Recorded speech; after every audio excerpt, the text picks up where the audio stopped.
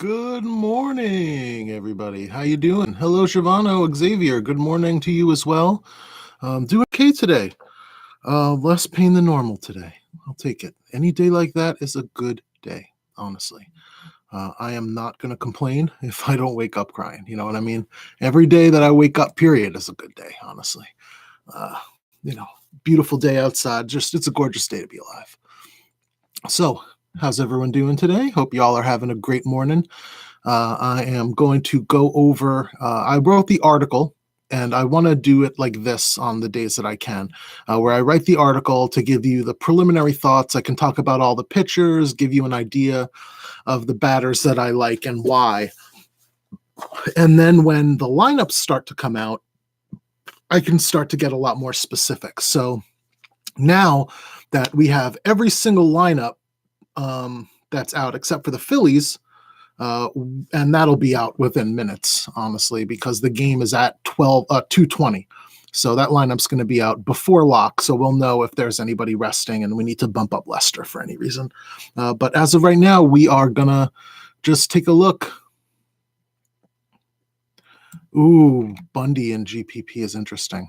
I'm not a big fan, but I get it. Honestly, I get it because of the strikeout upside. He's had 220. Yeah, that's at the beginning of my article, I talked about how this slate, the main slate, the noon slate today, has a lot more pitching than you would expect, right? Even down in price, you have, and there's the Phillies lineup. Even down in price, you have options in GPPs that you wouldn't normally have. People who, you're not going to be excited to play, someone that you're not going to think is a stone cold lock at a cheap price. But there's plenty of people that are just far, far too cheap. I think I'm going to get to that, Shivano. I'm definitely going to get to that, but let's look game by game now and talk about the lineups. The first thing I'm going to say, and I hate doing this kind of thing. If you know me at all, you know that this is something I really do hate doing, but I am like 9 or 11, I can't remember, subscriptions away on the YouTubes to get 100, and if I get 100, then I can get a personalized URL, and that'll be a lot easier to link people when I need to do videos than like figuring out what the hell the chain of alphanumerics is that I have right now. So while I never ask for it, and I won't once I get to 100, I would appreciate if you do not, if you throw me a subscription so I can get to 100, I would greatly appreciate that. But like I said, once I get to 100, I'm not going to ask again. I just want to get to 100 so I can get an easy URL for people, easier link. And then, I don't think there's any other benchmarks that I really need to get to. I know you need like 1,000 to monetize and do ads, but I'm not, that's not what I'm doing this for. I probably wouldn't do ads anyway. So anyway, if you could throw me a subscription so I get to 100, that would be wonderful. Otherwise, sit back, enjoy, ask any questions that you have. DJ, we can play head-to-heads at some point. Not today, though. It's way too late. I didn't put together any kind of lineup like that, and I only put together a pretty quick lineup for my GPP because it's been, it was a bad day yesterday night. I thought my dog wouldn't come in, and I thought he kind of got away because he's a new little tiny one, and there's a gap in the fence. Well, not a gap, but like underneath the fence. He could definitely get out if he was so inclined. And he wears loud tags and is normally very loud. And I did not hear him move for like 30, 35 minutes. So yeah, last night was a tougher night. And, I'm surprised I woke up okay this morning, but I didn't have a lot of time last night to do what I wanted to do, especially because I wanted to get an article out so that people could get research in as early as they could because of the noon lock time. But DJ, I am there. I have no problem doing head-to-heads, having fun with the people. That's what I'm doing this for. I have no problem whatsoever doing all that. So the reason I want to do this, like I said at the beginning, it's really important to look at when the lineups come out and see how that would or would not change anything in terms of the plays that we like.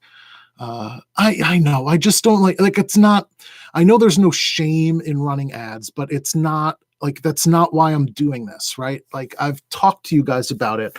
I did it because I became disabled and I was going literally crazy being stuck in my house. Uh, Alio, absolutely. I can go over my picks. I did a brief thing yesterday about it because I talked about how I build a showdown lineup and what I like for today's NBA showdown. But at the end of this, I can absolutely go over again my NBA picks and what I would do for showdown today. And why. No problem, Olio. You got it. This is a video that covers whatever.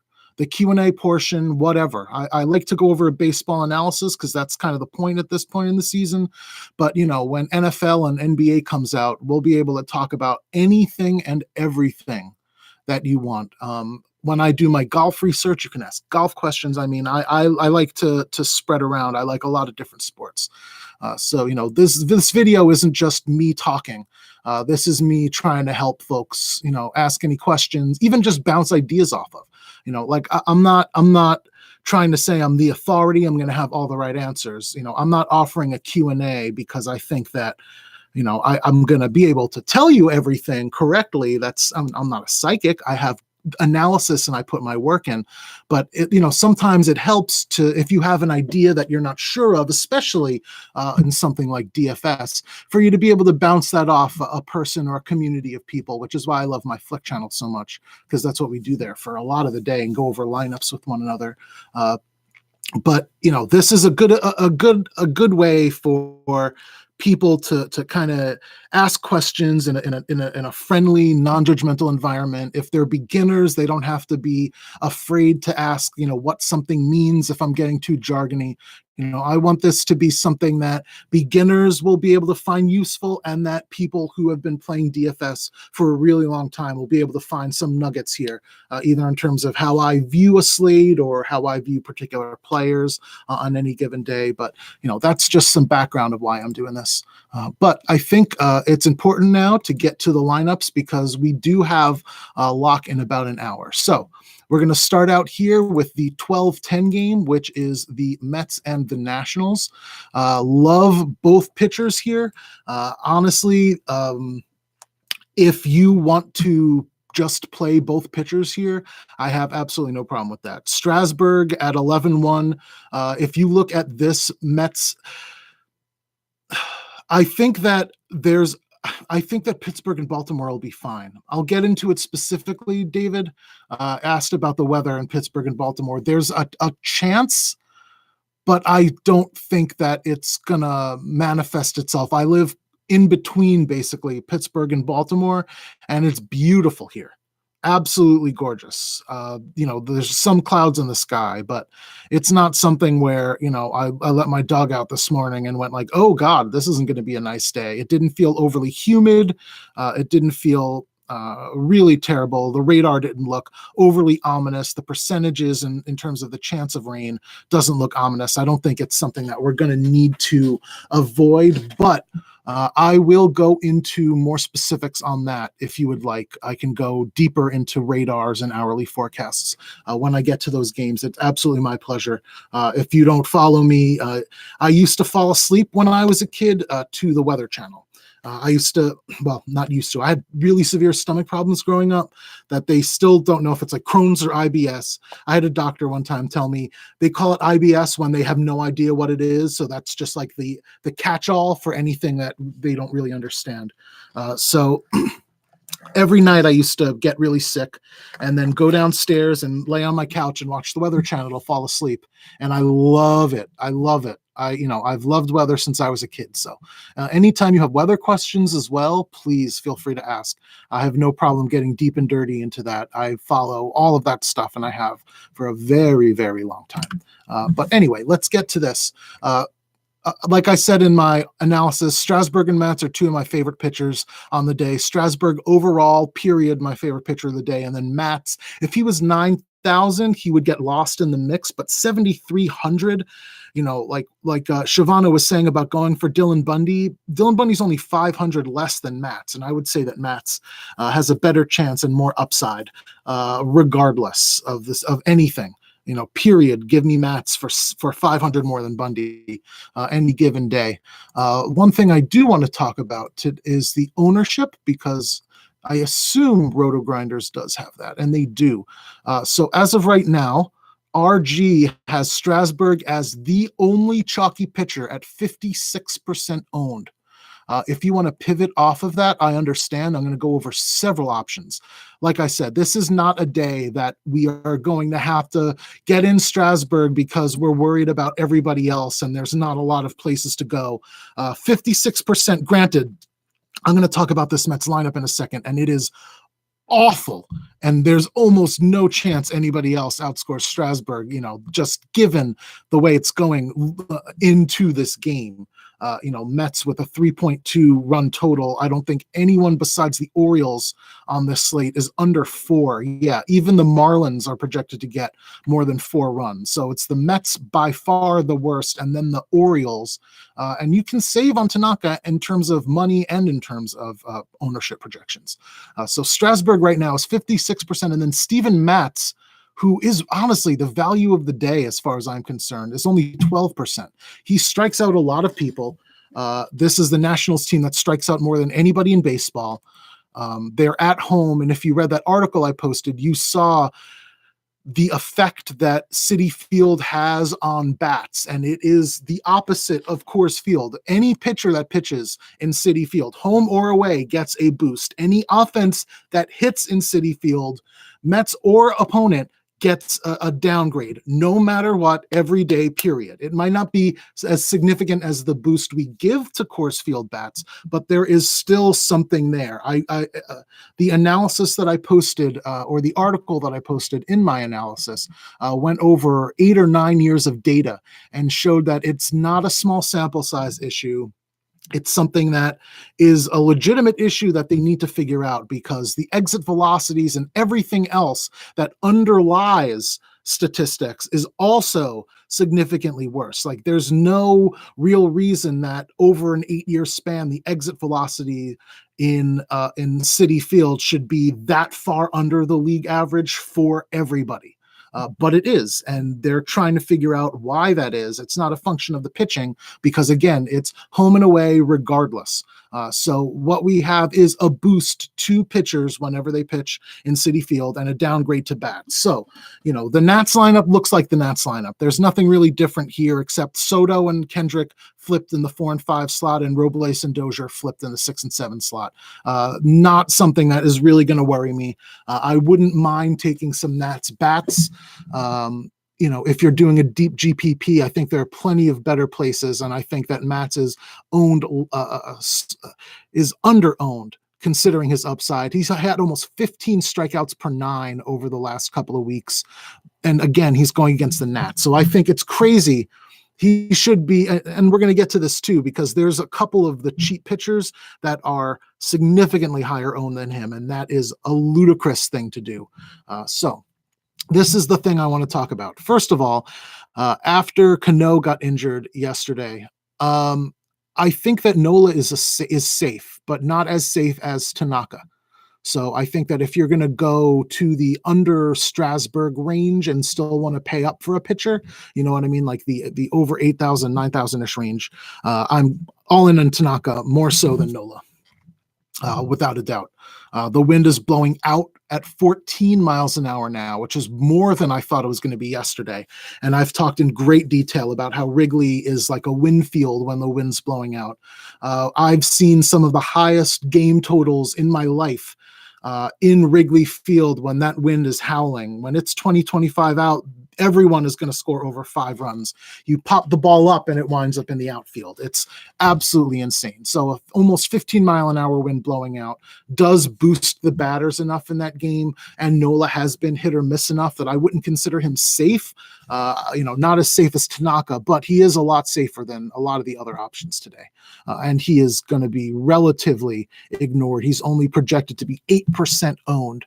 But again, I think there's plenty of options that are not chalk that we're going to be able to get to. So let's take a look at all of that. So next up, again, I want to point out, after Cano went down, I spent about 30 minutes trying to figure out what the Mets lineup was going to be tomorrow. And I had it on my projections page, and I don't normally brag, but I nailed it. And I'm very happy that I did that. I'm not very happy as a Mets fan because the lineup is Rosario, J.D. Davis, Todd Frazier batting third. Oh, God. Pete Alonso, Ramos, Gomez, Echeverria, and Lagares. They don't have a single left-handed or switch hitter in the lineup today. They don't really have any switch hitters or left-handers on the bench. And Strasburg eats righties up for dinner.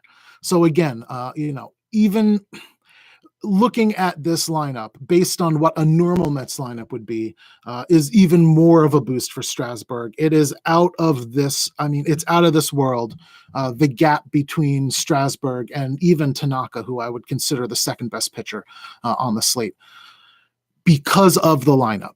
This I really can't stress it enough. Todd Frazier batting third, Carlos Gomez batting sixth, Echeverria batting seventh are all, I mean, that should tell you everything. I can understand any day taking Pete Alonso as a one-off. Pete Alonso is a fucking monster. He just broke the New York Mets rookie record for home runs in the first half, which is crazy. He has a chance of getting 40 plus home runs in his rookie year. I still think he's going to win Rookie of the Year.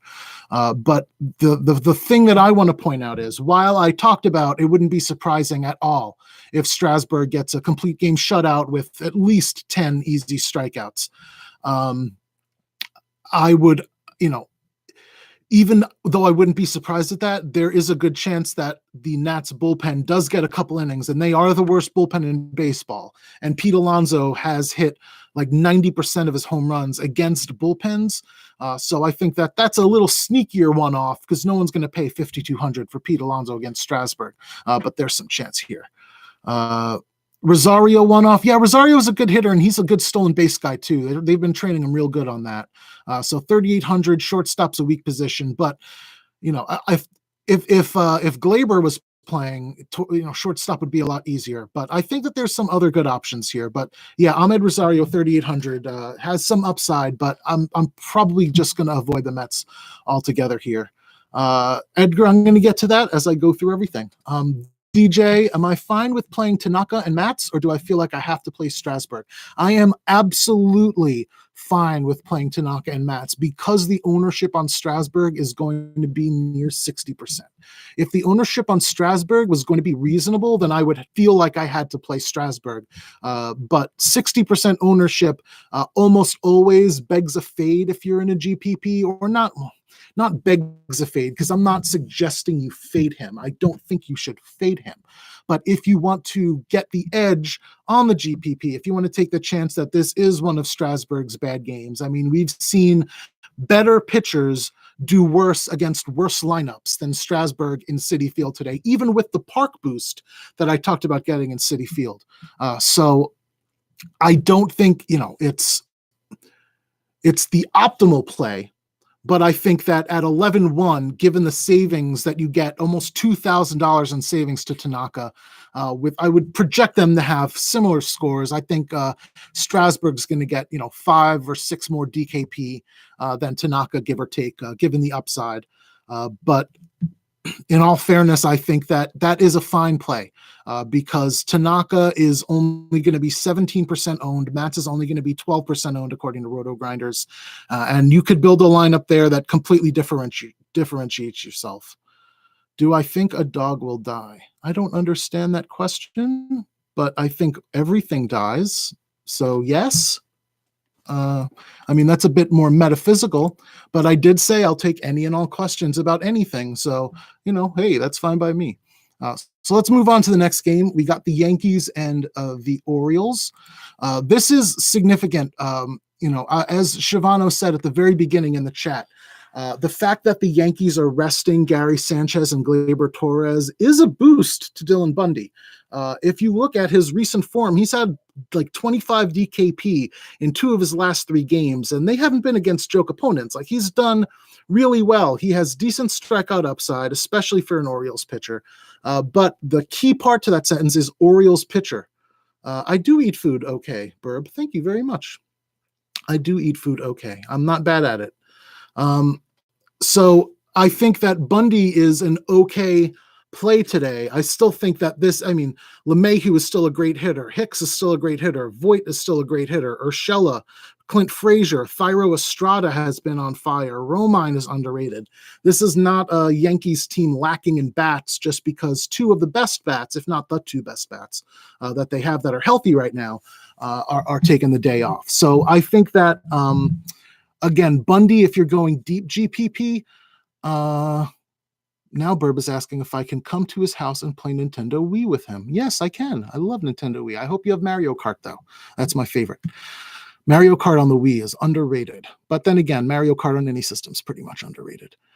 So I think that with those guys resting, it does give a boost to Bundy. It does not give a boost enough that a $500 price difference with Mats is going to be enough. So I'm not going to be as big a fan of taking him.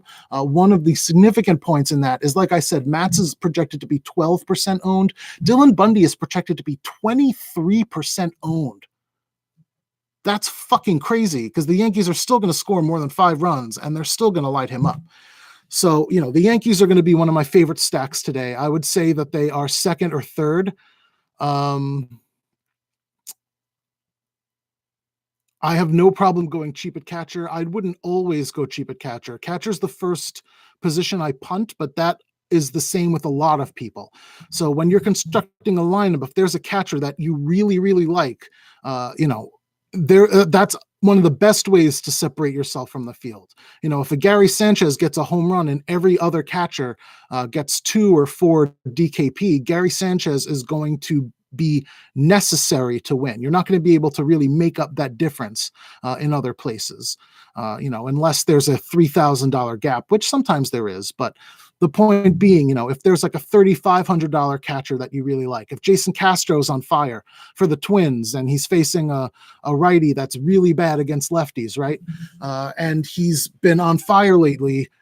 It's not bad paying an extra $800 for someone in that range that's going to be ignored when most people punt catcher as a knee-jerk instinct. And I do too, believe me. It's the easiest one to punt. They have the cheapest prices. They get to $2,200, $2,100, and only Zach Cozart gets to that anywhere else in baseball that I've seen. So catchers are the easiest to punt, but you can differentiate yourself from the field by paying up for catcher when everyone else does that.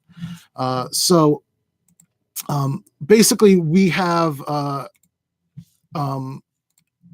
the Yankees are weaker than they should be, still one of the best stacks. So I have absolutely no problem. Bundy in deep GPP, but I wouldn't prioritize him. Tanaka, though, I absolutely love. I'm sorry, but Tanaka, the way he pitches, he's going to be absolutely murder on these guys. VR, Wilkerson, Mancini, Smith, Nunez, Rio Ruiz, Chris Davis, Austin Wynns, and Richie Martin. Trey Mancini's the only one in there that would worry me, and he's better against lefties, and Tanaka is just filthy against righties. So, I like Dwight Smith Jr. There are a couple guys here that I don't think are crazy. Dwight Smith Jr., not a terrible play. Richie Martin is only 2,200. Like I said, if you want to get a punt in and you don't want to punt catcher, Richie Martin at 2,200 is probably not going to do anything, but he did just have a home run, right? He just had another home run before that. So we have Richie Martin, as a nice punt that can let you get in some better bats if that's the position you want to punt. So don't feel the need to go to Rosario at 3,800. You can go way down that and save $1,600 that you can use for other bats. So if you're not playing Strasburg, I think your number one pitcher has to be Tanaka. The Orioles have the second lowest projected total, and that is completely backed up by everything that I see. I don't think that is an error in Vegas, and I don't think any other teams have as much floor, as low a floor as the Mets and the Orioles do. So again, Strasburg and Tanaka are going to be overall the two best pitchers today. And I think that Mats is going to be the best value. And that is really like a good summary of the pitching on this slate. We can talk more, and I'm going to talk more because we need to talk about these bats. But I like getting the pitching out of the way early because that's just, to me, the best pitching options. Next up, we have the Rockies and the Pirates. So one of the things I said I was going to do is look at this here weather. So let me look at the new hourly and see if anything has changed. No. Baltimore has a single-digit percentage of a thunderstorm until about 4 or 5 p.m. when it jumps to like 20%. Pittsburgh has a chance of scattered thunderstorms, and that goes from like 80% to 10% at around 1 p.m. So I would think that the possibility of a delay at the beginning of the game for Colorado Pittsburgh is there if one of those storms moves through right at the end of that time range. But for the most part, there shouldn't be any worry about playing the game. And I would say that any of the storms moving through, it looks like they would move through quick enough that if you want to play the pitchers there, it wouldn't be a bad thing either. I don't think we have to worry at all about the pitching only getting 2 or 3 innings and then getting pulled out. I don't think the system is going to be that far west that Pittsburgh's going to have to worry about it, even if they wait for a little bit of time. If they don't, I still think that they haven't waited because they know that the radar says it's going to be fine and nothing's going to flare up. But I don't think there's any risk of either of those games playing. So that is the update on weather for you, David. Now, in terms of lineups, this is basically the Rockies lineup that we predicted, except McMahon is playing instead of Murphy, which is actually a big upgrade to the Rockies given recent form. And Iannetta is playing over Walters, which is actually an upgrade as well. I'd rather have Iannetta than Walters. Walters hit his first home run, I think it was yesterday, and that is something that he might get another one of this year. Maybe. He's not good.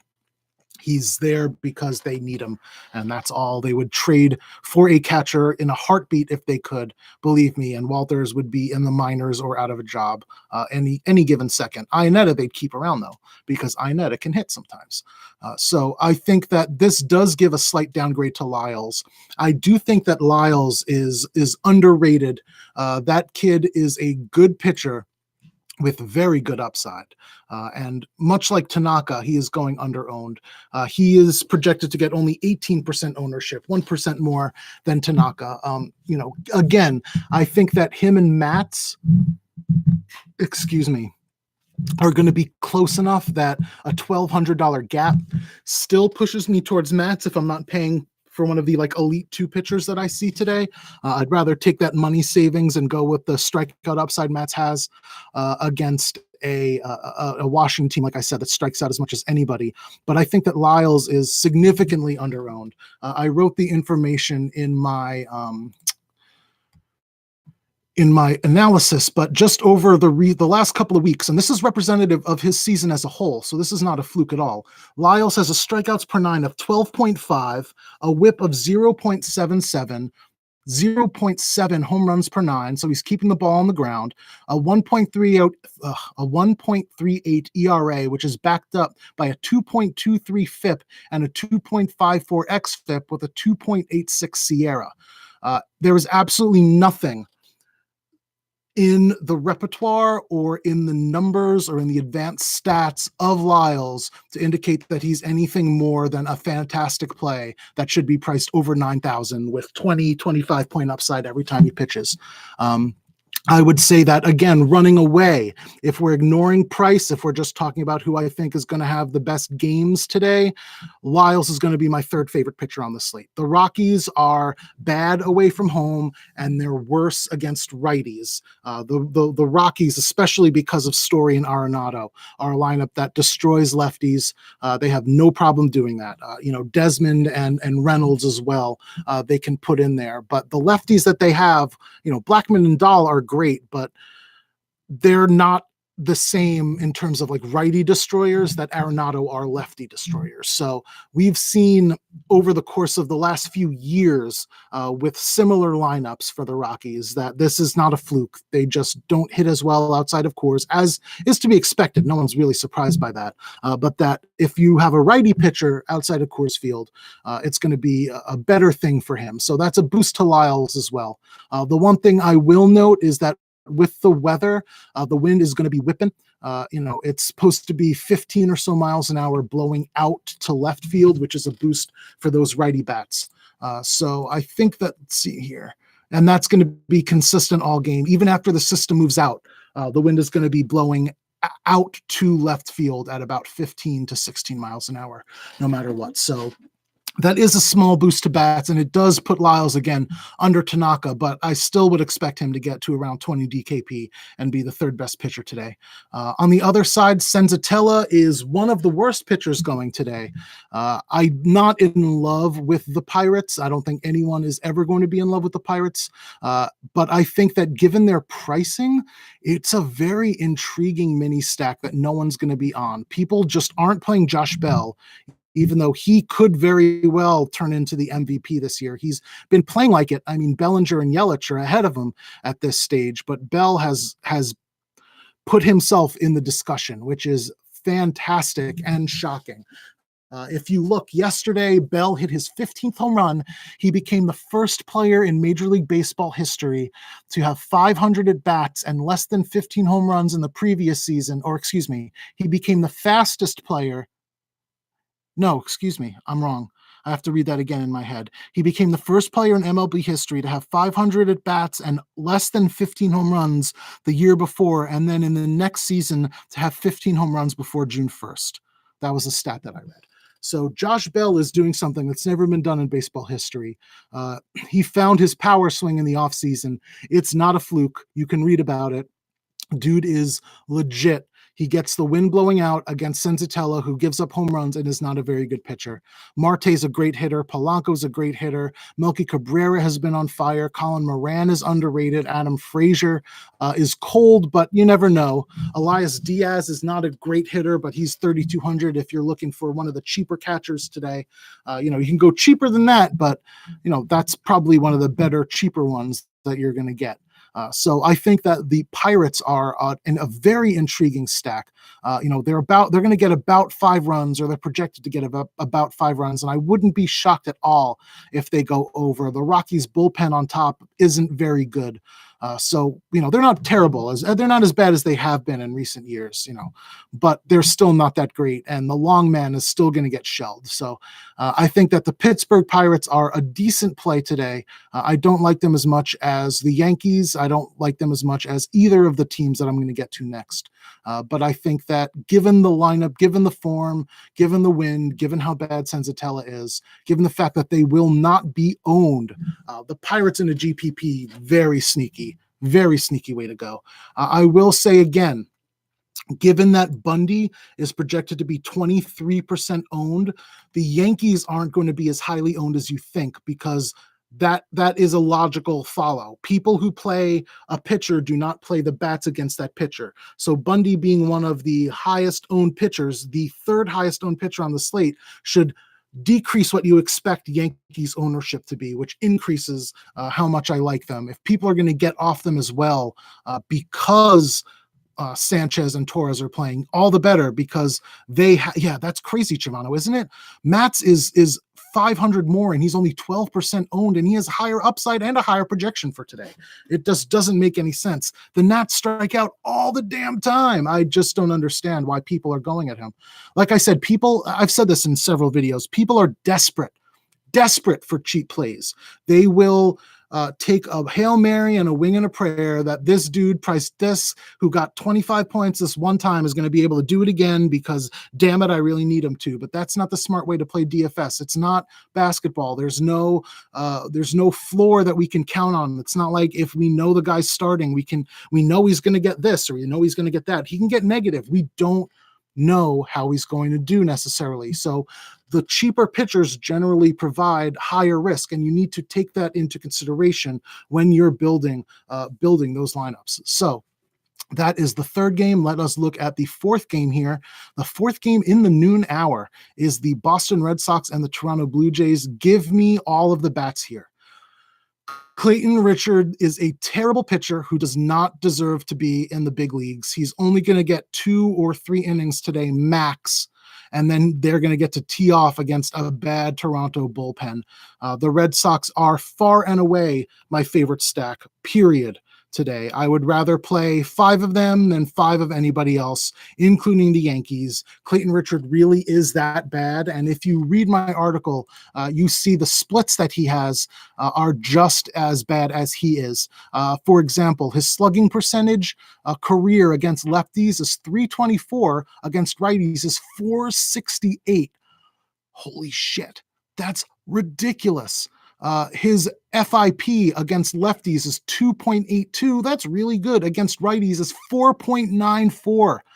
This is someone who cannot get righties out. And this Benintendi is not playing. So you don't, Benintendi, or is he batting 6th? Oh, he's batting 6th. That's right. Not Benintendi. He's batting 6th, and he's a lefty against a dude that's decent against lefties. What you want to do, Chavez batting first is my top priority. That dude was my home run call. I love him today. But I want to take the righties here. And that gives you some chance to get some cheap bats in. And I also wouldn't mind taking Jackie Bradley at 3,000 to fill off the stack. That gives you a decent chance of a wraparound. So my favorite stack here is taking Jackie Bradley at 9 for $3,000 because that continues the stack. And he's been hotter lately, and it lets you save money. I know the lefty on lefty is bad, but I'm still going to take the chance at 3,000 for someone in this lineup. So I'm going to go 9 Jackie Bradley, 1 Michael Chavez, 2 Mookie Betts, 3 Xander Bogaerts, and then 5 Steve Pearce, who's been one of the hottest Red Sox lately, believe it or not, batting 5th with dual position eligibility at only 3,100.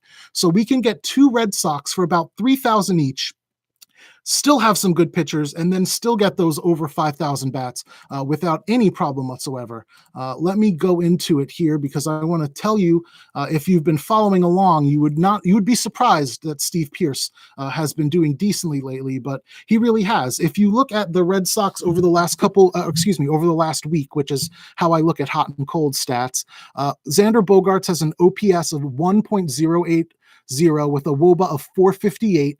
Second best on the Red Sox is Steve Pearce with an OPS of 1,000 even and a WOBA of 421. And that's him against lefties. And he's going against as bad a lefty as he's going to get. So I would absolutely, by the way, Betts is also up there, as is Chavez, as is Christian Vasquez. And Jackie Bradley Jr. has a WOBA over 300 for the first time in a while. So again, for the value, you got to love them. Otherwise, you really can load up on any and all of the right-handed bats. Priority Bogaerts, priority Pearce, Betts, and Chavez. But you can spread that out however you want, however you can afford it. It really depends on who you want to pitch. It's going to start from there, and that is where you should start because that is going to be the most important decision. There are plenty bats for you to make that decision later on. Pitching is significant because there are so few options, and most of them are pretty damn expensive. There's so few options that I'm confident in. There's a ton of GPP options, but if you're playing one lineup like I am going to be today, I'd rather not play a Dylan Bundy or a Trevor Richards, and we'll get there in a second. Ugh.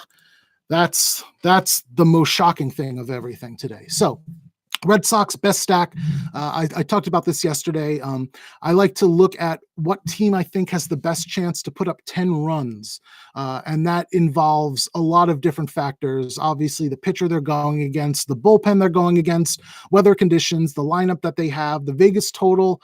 I like to consider that. And then I like to consider if they're home or away. If they're away, they get 9 at bats no matter what. And that is beautiful.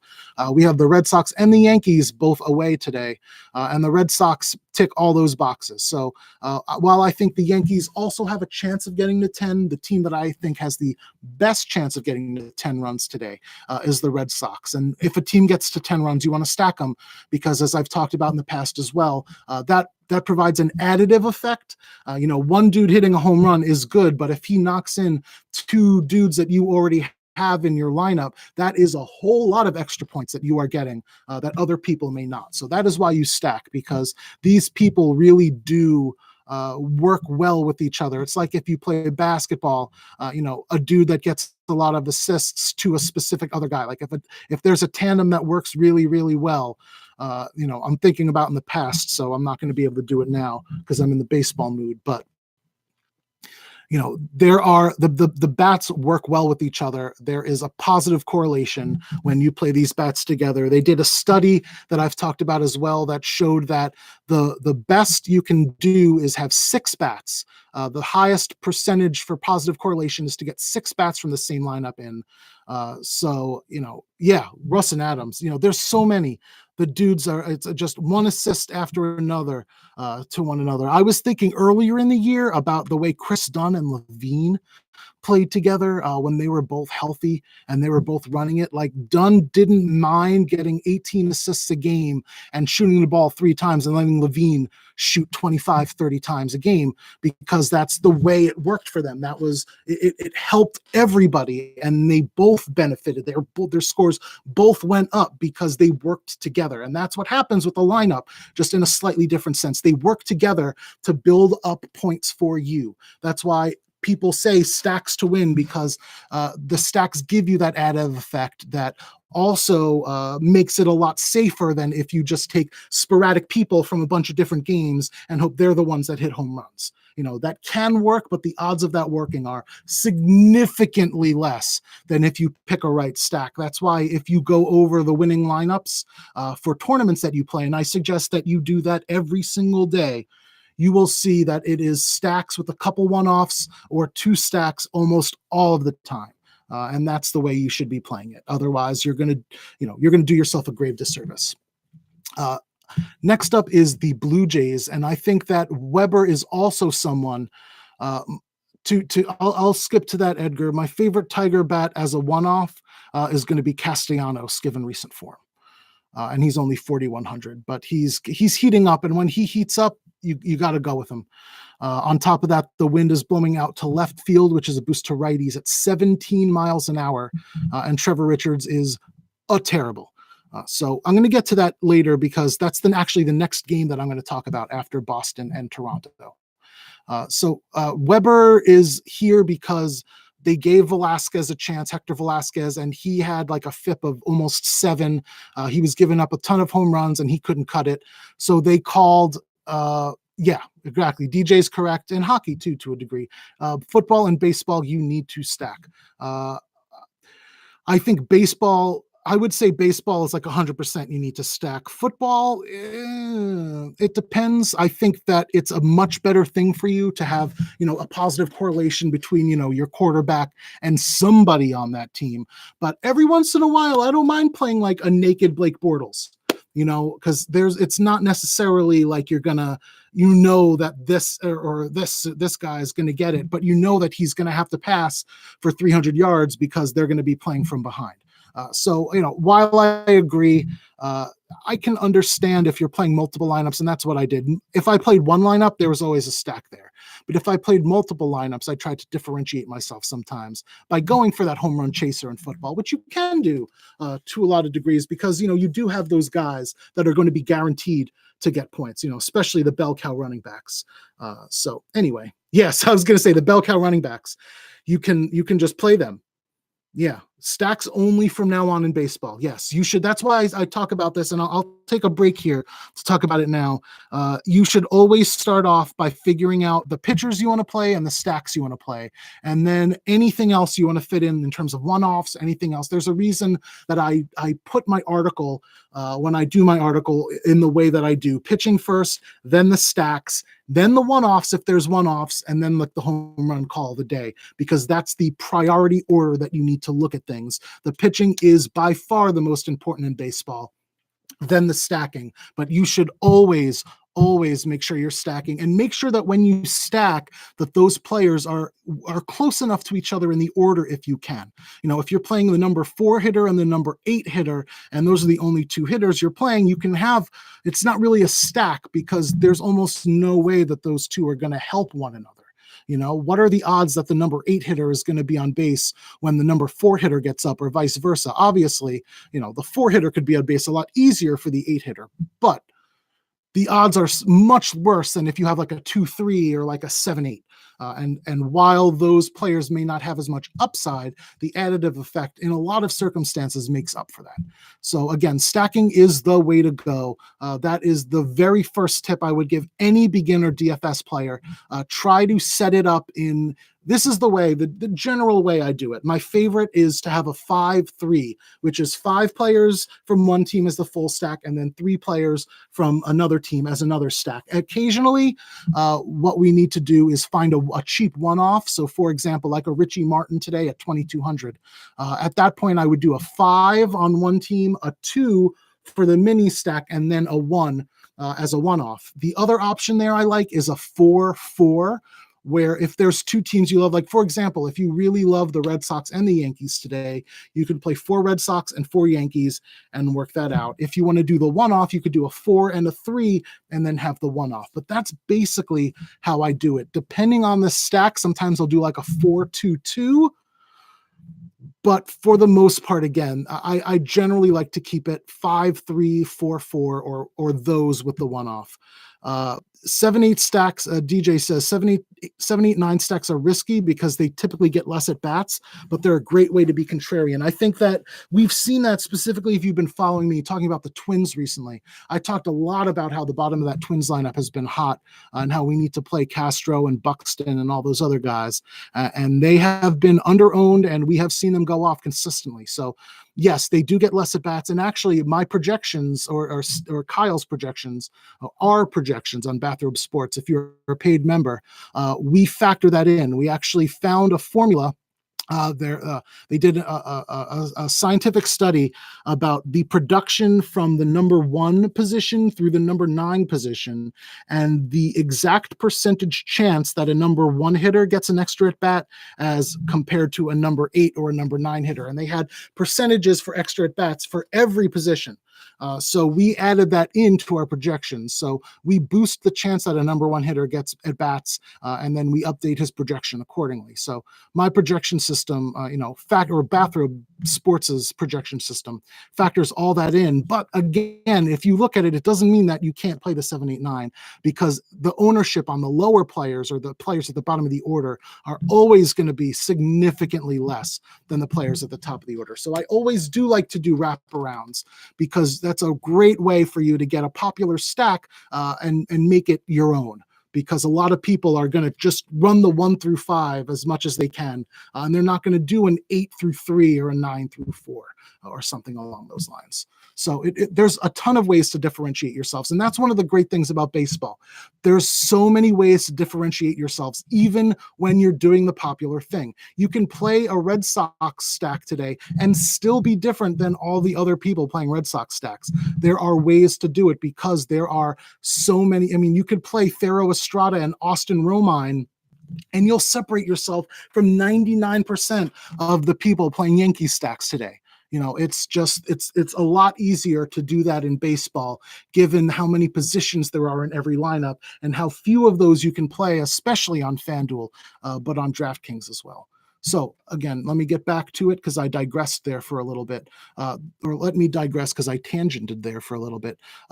Ryan Weber does not belong in the major leagues. He's only here because the Red Sox literally have no other options. It sounds like I'm exaggerating. I'm not. He's a terrible pitcher. He was terrible in AAA, but they don't want to give Hector Velasquez any more chances. So Ryan Weber's getting the call. Estrada is a great hitter, and he's been hitting home runs. So Thero Estrada is someone that everyone should be considering. I have him in my 1 lineup right now. So I really do like him a lot.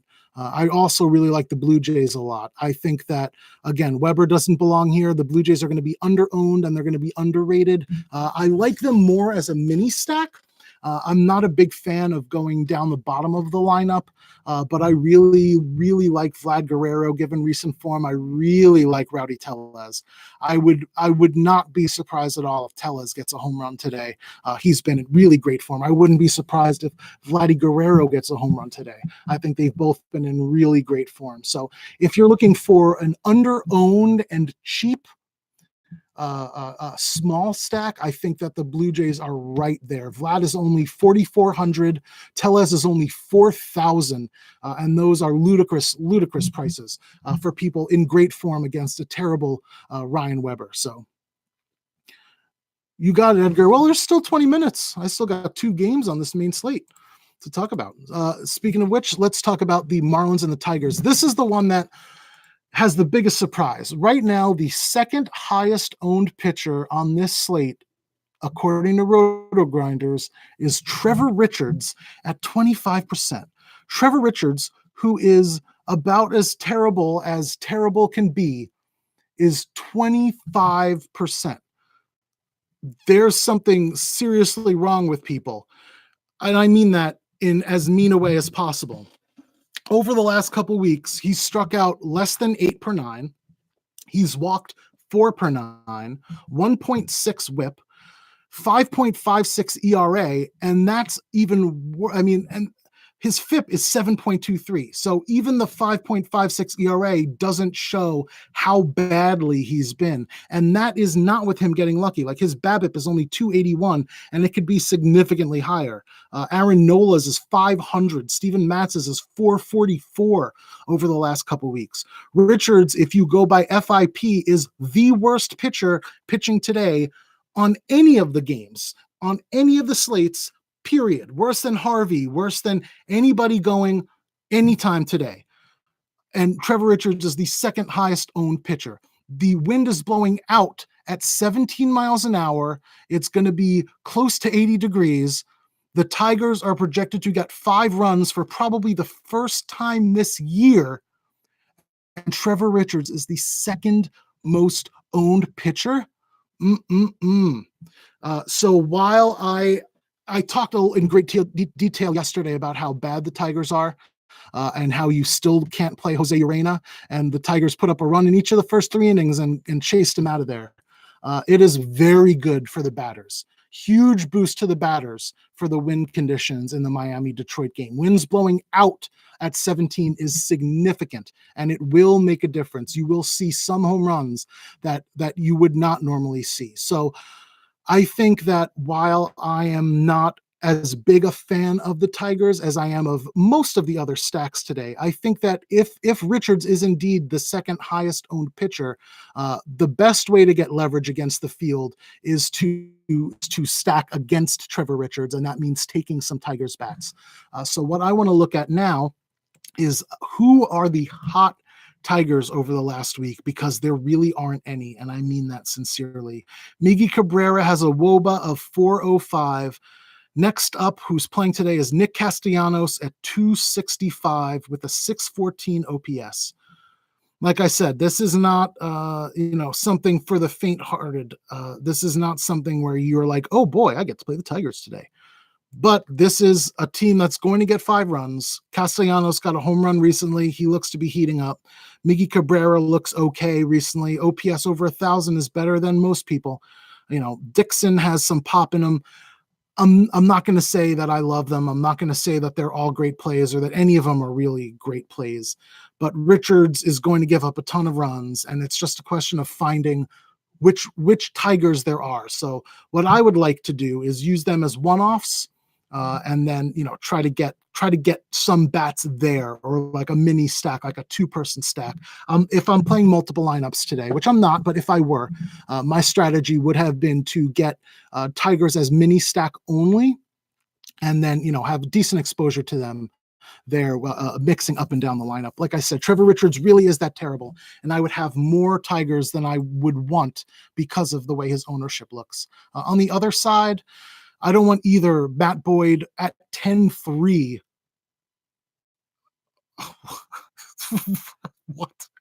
What? Or Trevor, or any of the Marlins bats. Marlins are the worst offense in the game, and it's not even close. I've talked about it before. They're one of, if not the worst offense I've ever seen in my lifetime. But let's not ignore the fact that if you're going by the last couple weeks, Trevor Richards is the worst pitcher pitching today, not just on the slate. Matt Boyd is the second worst pitcher pitching today, not just on the slate. A 6.1 ERA with a 6.76 FIP, 1.35 WHIP. He is giving up 3.5 home runs per nine. And the wind's blowing out, and he's a lefty. So a lefty who's worse against righties in a park where the wind is blowing out 17 miles an hour, giving a boost to righties bats, who's giving up 3.5 home runs per nine. I mean, no thank you. I'm not taking Marlins bats, like I said. There's just absolutely no way. But if you're playing 150 today, I would say it's not crazy to have one or two. I would say that, if you're going one-offs, it's not crazy to have a couple one-offs here. If you're looking at recent form, Brian Anderson has a WOBA of 440 with an OPS of 1.123 and an ISO of 474 over the last week.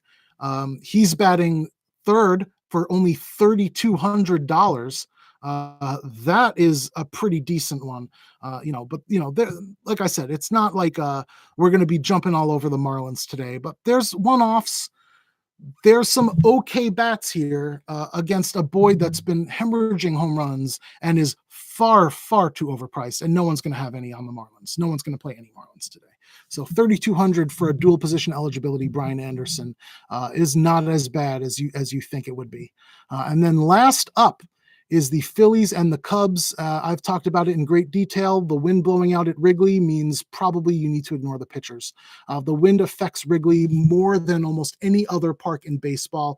It is an old stadium, and that's why.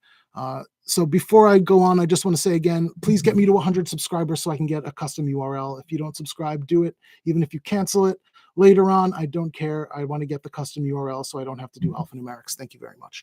Phillies Cubs. So with the wind blowing out 14, with Wrigley being an old stadium that it wasn't built to try to minimize the impact of wind like the park in San Francisco or the park in Texas is. Okay, so they just adjusted the winds. The wind, that actually changes things significantly. Okay, well, that's interesting. They changed the wind direction in Detroit to blowing in now at 19 miles an hour. That is actually a boost to the pitchers and a downgrade to the bats. So that means that doesn't mean I'm playing the pitchers. Don't get me wrong, but that just means I'm avoiding everything here. I'm not going to play anything here. The wind's blowing in now at 20 miles an hour. No, thank you. There's just no way. That's absolutely too significant. Yeah, Matt Harvey is better than Trevor Richards. It's absolutely shocking. I will talk about the showdowns before I go, DJ. I don't know what Thor really went for the head means. Maybe that's a reference to an Avengers movie I have not seen. It's hard to get to the movie theaters when you can't walk or sit comfortably. But anyway, wind is still blowing out in Wrigley at 14 miles an hour. Big boost to especially lefties. Lester is an extreme reverse splits guy, which means I really like Bryce Harper and Odubel Herrera as sneaky plays on the Phillies. And Nola, he's been hit or miss lately, but given the wind blowing out and given the fact that we got Schwarber, Rizzo, Hayward, and Descalso all getting the benefit from the wind, I would much rather play the bats in this game than either of the pitchers. I'd rather pay up to get to Strasburg or pay down and get to Tanaka than have Nola today. And then Lester is just, like I said, he's okay, but the Phillies are going to get 5 runs. The wind's blowing out and he doesn't strike enough people out. So what I will do now, I assume that there's a showdown for Braves Giants and for Twins Angels. So I will talk about that briefly. And then I'm going to talk about basketball to end the video off. Because I did say I would do that. So if we're looking at the Braves and the Giants, we have Bumgarner, who's been in decent form. He's pitched better than he's looked. Tigers Marlins have a showdown? Oh, God. No, thank you. Just save. Oh, God. Just roll die. That's with the wind blowing in, especially at 20 miles an hour. Just pick the line drive bats. Pick Castellanos and Anderson and fill in whoever you can fit in from there. Don't take pitchers. Ugh. Given recent form, given everything else, I'm a big fan of taking Acuna Jr.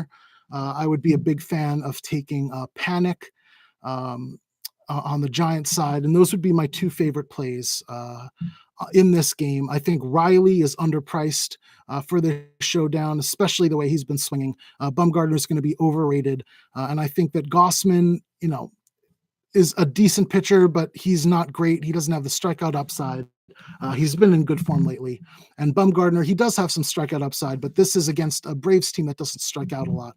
So if I'm going to be playing this showdown, this is going to be one where I am focusing on the bats, starting again with Acuna and Panic, who should both be leading off and have both been in the best form in terms of everybody else. I will also add that, and I've talked about this, the only time you can play Albies and Camargo are when there's a lefty on the mound. So if Albies and or Camargo play, I will lock both of them in on this showdown 100% of the time. Albies is a masher against lefties, as is Camargo. Dansby Swanson, I don't mind at all. I have no problem playing him. But I am going to, I don't prioritize him as much as I prioritize some of the other guys, specifically the Camargo, the Albies, and the Acuna. But I would definitely take him next. Riley as well. Yeah, there's a lot of bats here that you can take against Bumgarner. I would honestly, as much as I don't like Gossman, I would probably try to see how I would fit in Acuna, Swanson, Riley, Albies, Camargo, and then Panic. And that would be a hell of a six to have as far as I'm concerned. That would be my favorite six. That's how I would whittle it down. So it's just a question of how you can fit that in. Then you have the Twins and the Angels, and this one is as easy as it gets.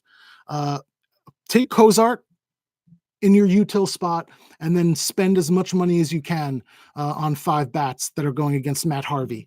It is really that simple. Marwin Gonzalez is hot and he's a lefty and Harvey can't get lefties out. Kepler is hot.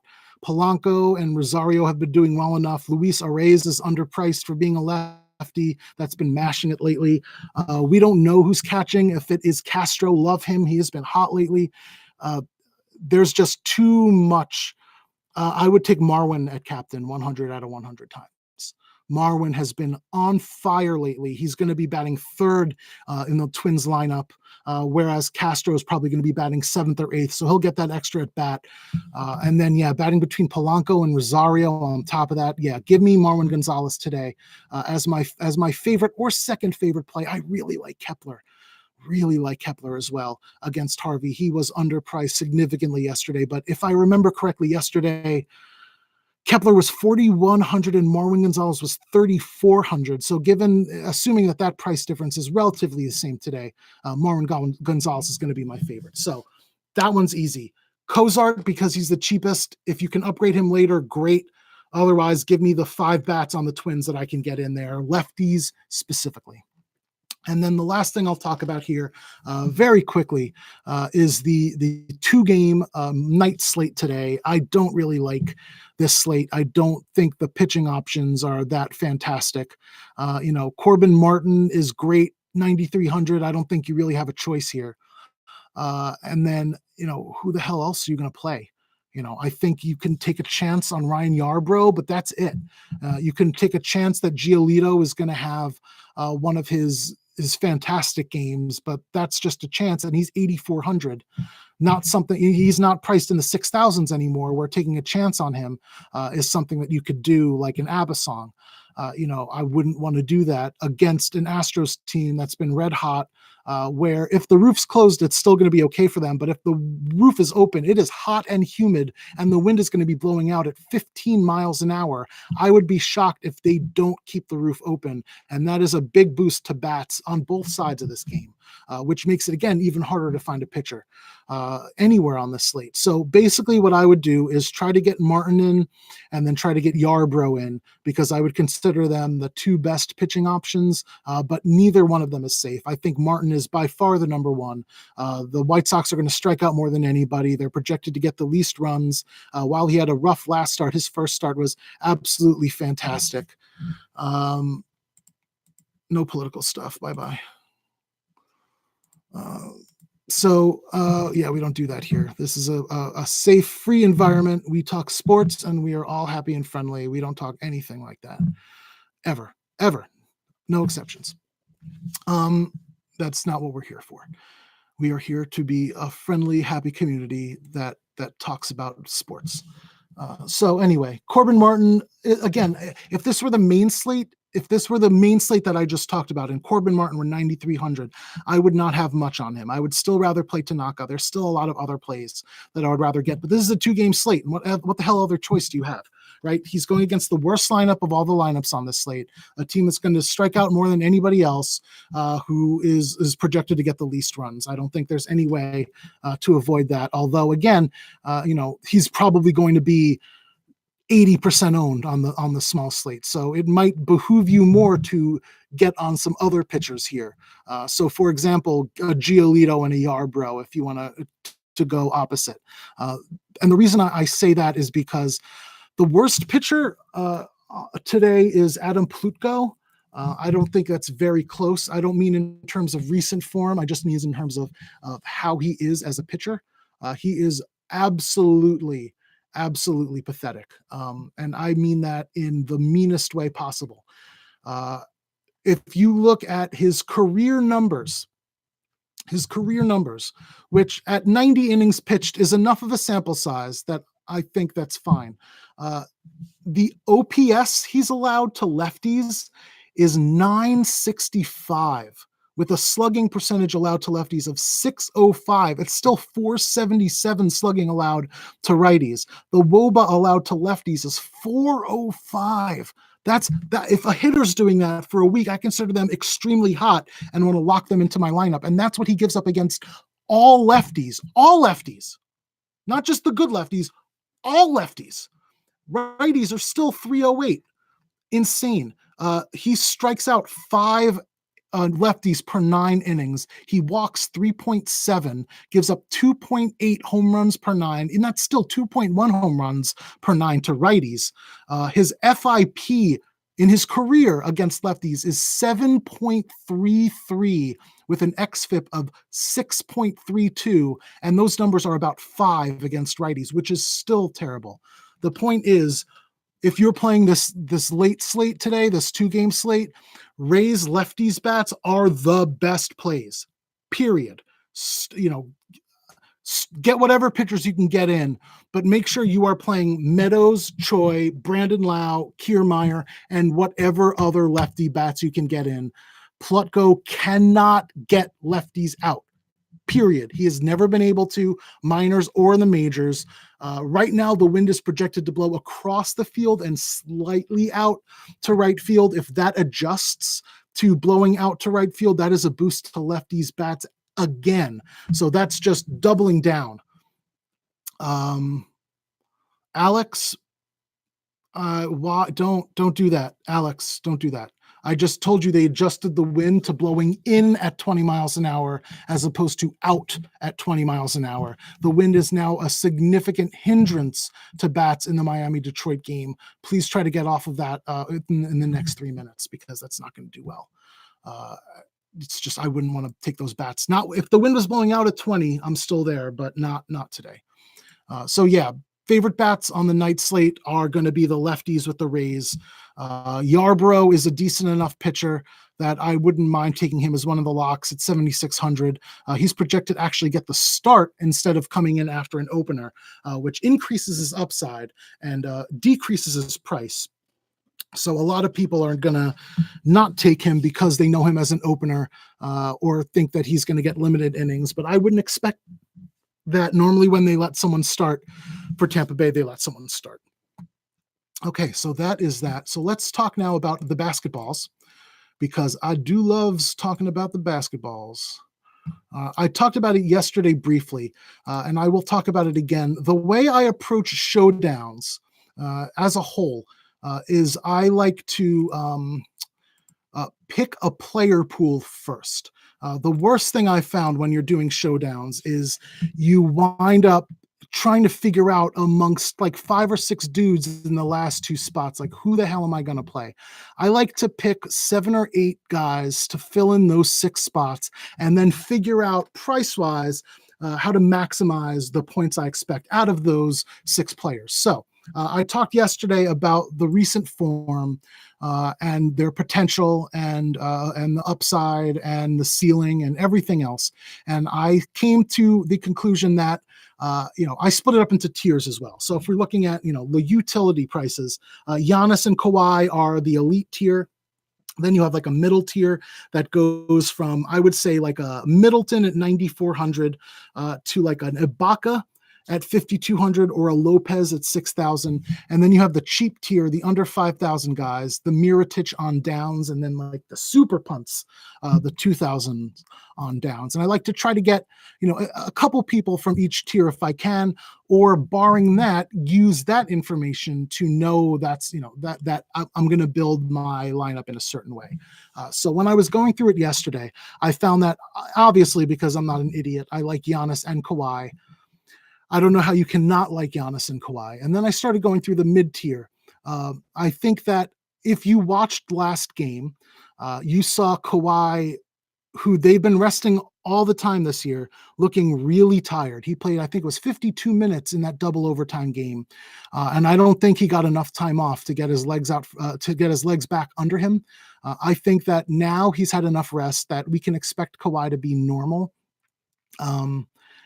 No, I am not. GJ said, are you good with playing either Leonard and Giannis and the captain and fading the other? No, I don't think there's any way I am not playing both today. And this is what I was going to say because of it, right? So let's assume Giannis is Giannis. You have to play him every time. He has the highest upside on the slate, the triple-double, everything. Giannis is a beast, period. I don't say that he necessarily needs to be the captain, but he should be in your lineup. Kawhi, I think last game was a bit of a fluke because he was tired. And I think that changed everything and had a domino effect on the way everything else happened. So the fact that Kawhi did worse, and this is what I'm saying, Olio. I think that the fact that Kawhi did worse meant that he wasn't just worse offensively, but he was worse on the defensive end too. And that's why Middleton had his good game. The only good game Middleton has had in the series is the one where Kawhi was really tired, and Kawhi's the one who's generally on Middleton. I don't think that that's a fluke. I think that Middleton's price went up significantly. And if Kawhi is even 60% of the way he normally plays, if he's twice as good as he was last time, which is not nearly as good as he normally is, Middleton is going to go back to the 25, 30 DKP. And I'm not a big fan of taking that. I don't want to pay that much money for that when you have other people in better matchups, specifically here, that have just as much upside. So I'm ignoring Middleton. Lowry had a couple good games so far. So I don't mind him as like a GPP play, but I think that the same happened to Kyle Lowry last game.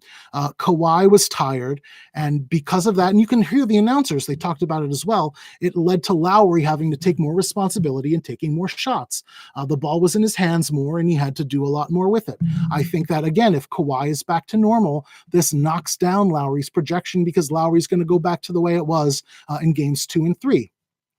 And I think that that's a perfectly logical way. So I think that 8,800, again, a little too expensive for Lowry. Siakam, again, the same way. I think that he looked tired like Kawhi did last game, and that's why we saw Ibaka get extra run. But that being said, Siakam also has had a lot of problems with foul trouble in this series because he is tasked with guarding Giannis for the most part. But on top of that, he's not putting up a significant points per minute.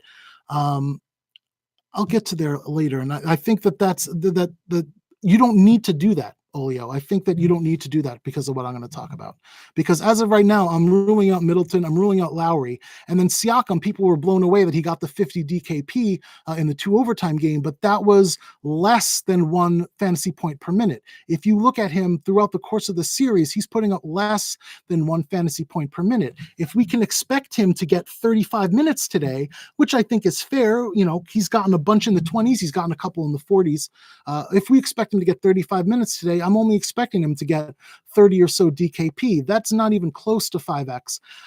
Not terrible, but at 8,000, we can find people that are going to get that at cheaper, and I'd rather do that and take that chance.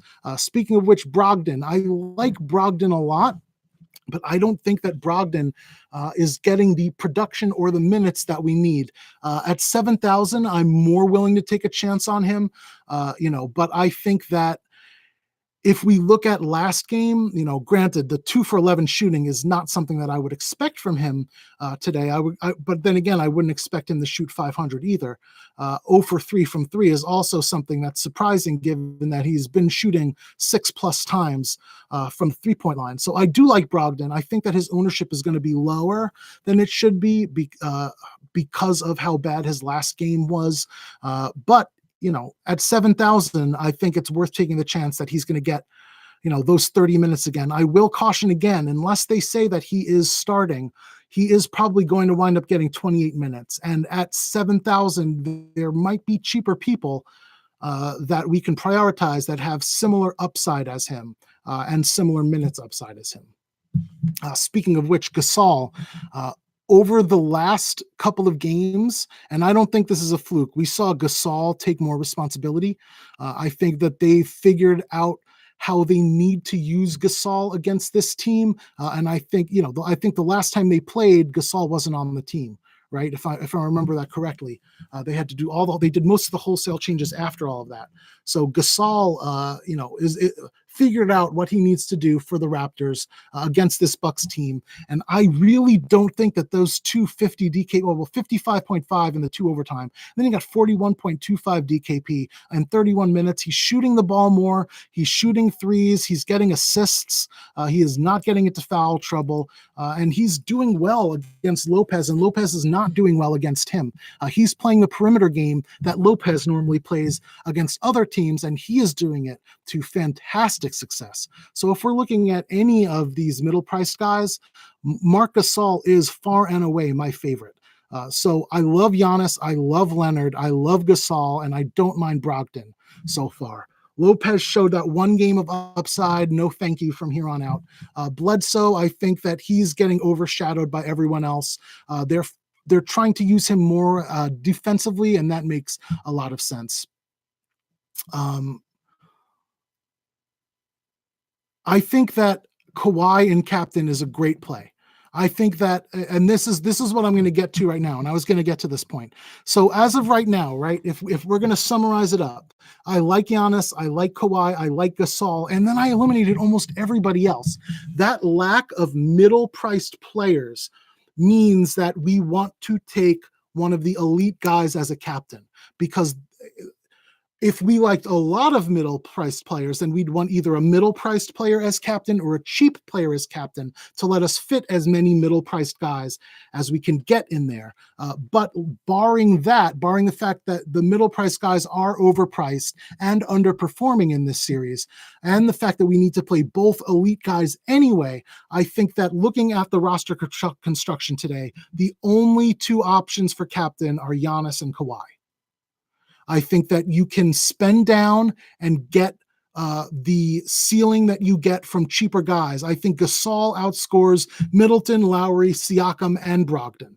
And he's going to be cheaper than all those guys. So you can find those plays. I think Powell is going to outscore, or have a good chance of outscoring Bledsoe and Ibaka. I think that Hill is going to outscore Danny Green and Ibaka and probably Bledsoe. There's a lot of cheaper guys with great upside who are still underpriced for their role on these offenses that I think that the way to go is elite captain, get Gasol in there if you can, and then pick along the cheap guys. So I think that Ibaka getting that run last game was a function of Siakam being tired, much like, everything that dealt with Kawhi. We also dealt with Siakam. I think Siakam will be back to being the number 2 or the number 3 guy today. They really like Gasol. They've really been leaning on him a lot. So I think that Ibaka is a little too risky for me. If he were cheaper, I'd go for him, but 5,200 when I could go down a little for Mirotic, who I like better for the upside, or Powell, who I like a lot better. I'd rather have Powell than Ibaka. I'd rather have Hill than Ibaka, and I can save money on both of those guys. So I think Mirotic is getting the minutes, but he's not having success with the shots. But Mirotic is one of those dudes, he's a shooter, right? Like, We're not getting Mirotic for the ancillary stats. We're not getting him because he might get 5 or 6 rebounds this game. Like, oh my God, he might get like 7 points with rebounds. We get him because he shoots a ton of threes, and he has an incredible upside if he gets hot. The problem is Mirotic has not been hot so far in this series. If we look, he's had 22, 23, 22, and 16 DKP, but he's putting up 6, 7, 7, and 8 threes all of those games. If he gets his first threes to go down today, they're going to run him out more. They're going to use him more, and he is going to absolutely crush this salary today. And that is what I'm looking for in a GPP. I'm looking for the people whose upside is not factored into price. I'm looking for someone that's shooting 8 threes a game, who just hasn't had the shot falling, who, if he gets the shot to fall today, is going to be all over the place. He's going to be 100% in the winning lineup if Mirotic has 5 or 6 threes today. So at 4,800, I love Mirotic. I would consider him one of the GPP plays. He's not someone I'm locking in as a safe play, as I said. It's conditional on his shot falling. But we've seen it with the shooting specialists, man. All a shooter has to do is get hot, and they run through him that game, and they put up those 50 DKP things that separate everybody from the weaker players. So Mirotic, I love. Powell has become like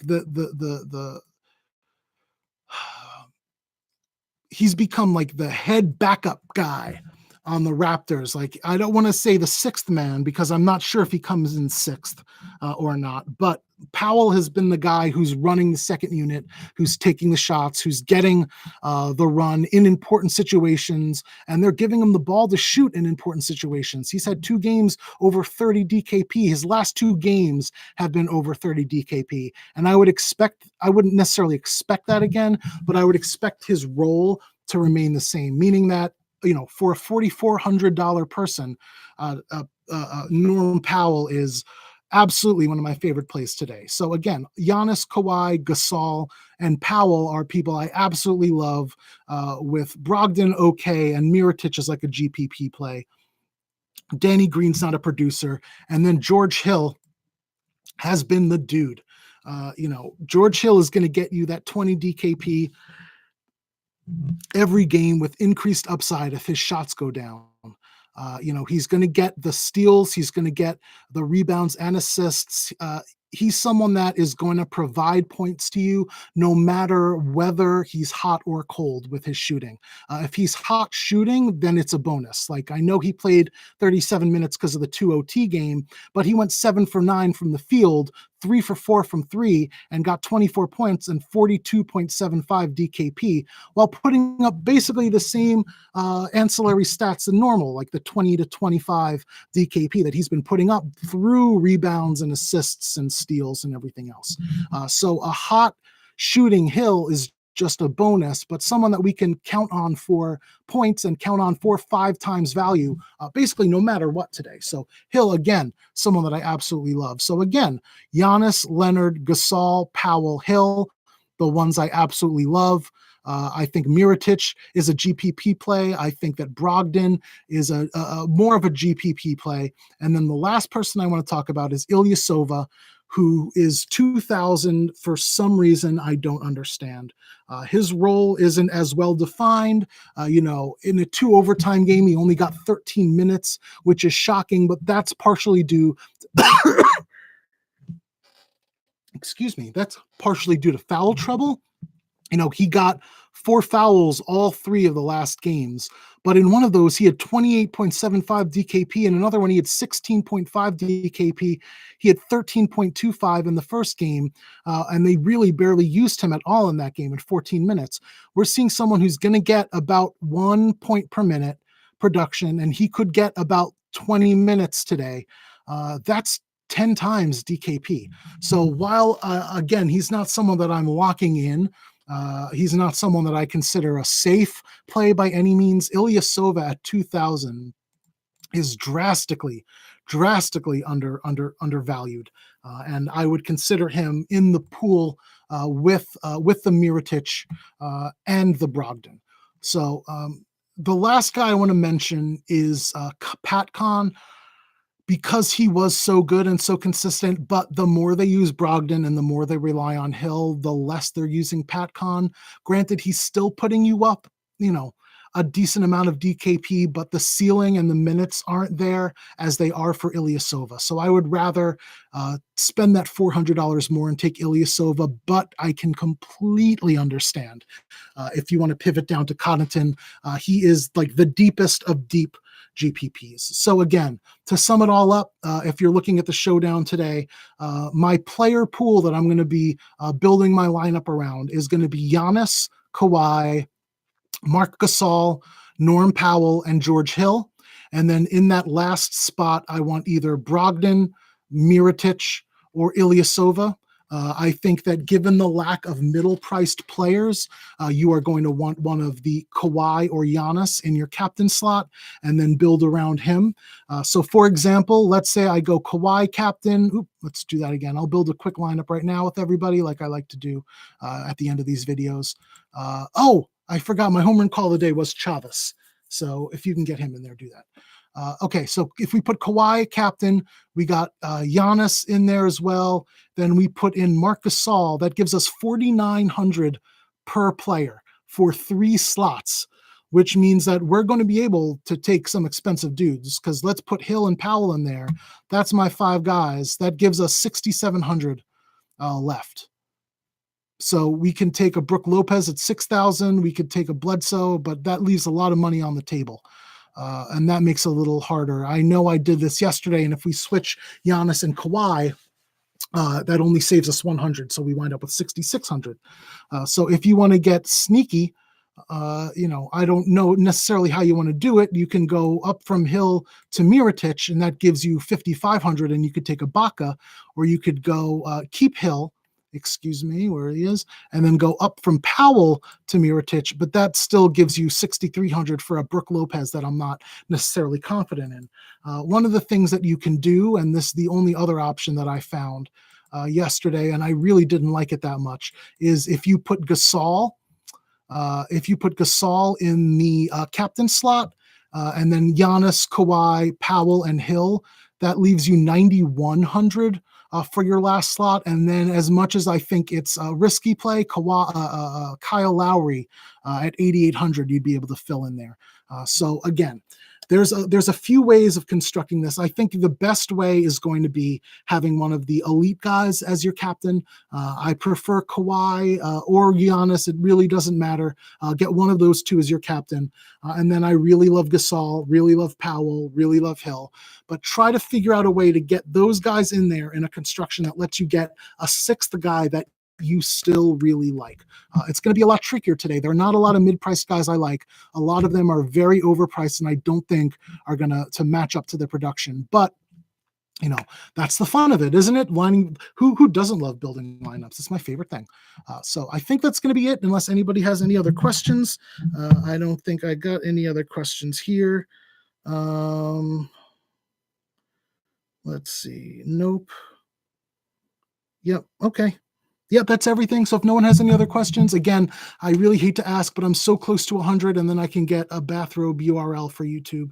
And I really like to do that and make it a lot easier to link everything. So if you don't subscribe, please do that. I just want to get to 100. I love you all. Thank you so much for joining me for this hour and a half. Enjoy a wonderful early slate of baseball and enjoy a fantastic playoff game tonight. I cannot wait to see who wins game 5, because I think who wins tonight is going to win the series. And if it's Toronto, they're going to get swept by the Warriors, aren't they? All right. I love you all. Thank you so much for joining me. Have a beautiful day, and I'll catch you all tomorrow.